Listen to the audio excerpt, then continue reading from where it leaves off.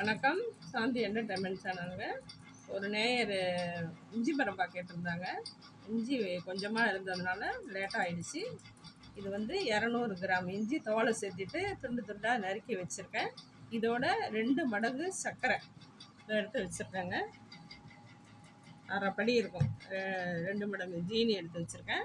இதோட ஜீனி வேண்டாம், வெல்லம் போட்டுக்கலான்னு நினைக்கிறேன். நீங்கள் ஒரு 1/4 கிலோ வெல்லம் போட்டு பாவு காய்ச்சி தண்ணியில் ஊற்றி தள்ளி பார்த்தீங்கன்னா நல்லா தக்காளி பதம் வரும்போது இந்த இஞ்சியை வந்து தண்ணி ஊற்றி கொஞ்சமாக தண்ணி ஊற்றி நல்லா கெட்டியாக மிக்சியில் அரைச்சி முன்னாடியே வச்சுக்கோங்க. வெள்ளைப்பாவை வடிகட்டி காய்ச்சிட்டு அது லைட்டாக நல்லா அப்படி கம்பி பதம் விழும்போது தண்ணியில் ஊற்றி பாருங்கள். அடுத்த ஸ்டெப்பு ஊற்றுனீங்கன்னா தக்காளி மாதிரி போகும்.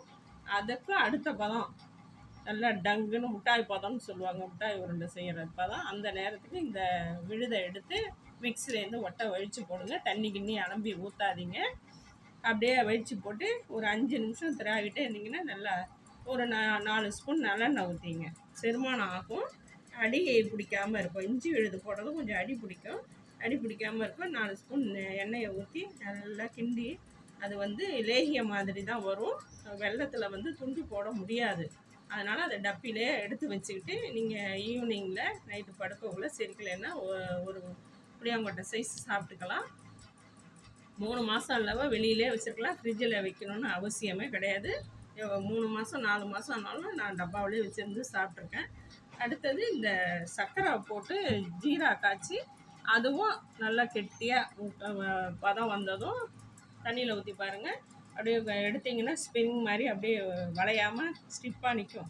அந்த நேரத்தில் அடுப்பை ஆஃப் பண்ணிவிட்டு இந்த இஞ்சி விழுது அதில் போட்டு நல்லா திராவிட்டு ஒரு 2 நிமிஷம் ரொம்ப தளர்த்தியாக இருந்ததுனால ஈரப்பதம் இருக்கிறதுனால ஒரு 2 நிமிஷம் திராவிட்டு தட்டில் எடுத்து ஊற்றுனீங்கன்னா துண்டு போடுற மாதிரி வந்துடும். நான் இதை இஞ்சி மரப்பா செஞ்சு நான் அப்புறம் உங்களுக்கு வீடியோவை ஃபுல்லாக காட்டுறேன். இஞ்சி மரப்பா பாவு வந்துட்டுருக்குங்க, பதம் பார்க்கலாம். தக்காளி இப்போ தான் வந்திருக்கு பார்த்தீங்களா, உருவம் வருது, தக்காளி பதம் வருது. இன்னும் ஒரு 5 நிமிஷம் கழித்து இஞ்சியை எடுத்து அரைச்ச இஞ்சியை கொட்டிட வேண்டியதாங்க. பார்த்தீங்களா, முட்டாய் உருண்டாய் மாதிரி வருது பாருங்கள், கையில் பாலாக வருது பாருங்கள். இன்னொரு 2 நிமிஷம் பாகு ரெடி ஆயிடுச்சுங்க. இஞ்சியை கொட்ட போகிறேன். இந்த பாகு பதத்தை காட்டுறேன் பாருங்கள். கம்பி பாகு முட்டாய் பதம் வந்துடுச்சு. கை சுடுது, இதை பாருங்க. ஆறுனா கம்பி ஸ்டிக்கு மாதிரி ஆகிடும். அது பாருங்க. இப்போ வந்து இஞ்சி எடுத்து கொட்ட போகிறேங்க. இதை அரைச்சிருக்க பாருங்கள், இஞ்சி வச்சு போட போகிறேன். ஒரு 2 நிமிஷம் கிளறிட்டு தட்டில் வச்சு கொட்டி துண்டு போட்டு காட்டுறேங்க. பாருங்கள், சூப்பராக ரெடி ஆயிடுச்சு. அந்த முட்டாய் பதம் வந்ததும் இஞ்சி சாந்தை கொட்டி தண்ணி கிண்ணி கழுவி ஊற்றக்கூடாது.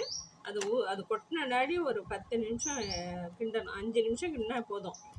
அப்படியே திரண்டா மாரி வரும். கொஞ்சம் லிக்விடாக இருக்கும்போது நீங்கள் எடுத்து தட்டில் கொட்டிட்டு ஒரு 5 நிமிஷம் கழித்து துண்டு போட்டிங்கன்னா அழகாக வந்துடுங்க. இதை வச்சுக்கிட்டு நீங்கள் கொஞ்சம் கொஞ்சம் சாப்பிட்டிங்கன்னா போதும். இதில் பாதி இல்லை எவ்வளோ உங்களால் சாப்பிட்லான்னு நினைக்கிறீங்களோ, ஒரு பீஸ் சாப்பிடக்கூடாது, பாதி சாப்பிட்டுக்கோங்க.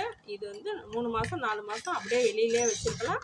சூப்பரான இஞ்சி மரப்பா ரெடி ஆகிடுச்சு. பிடிச்சிருந்தா லைக் பண்ணுங்கள், ஷேர் பண்ணுங்கள், சப்ஸ்கிரைப் பண்ணுங்கள். தேங்க்யூ.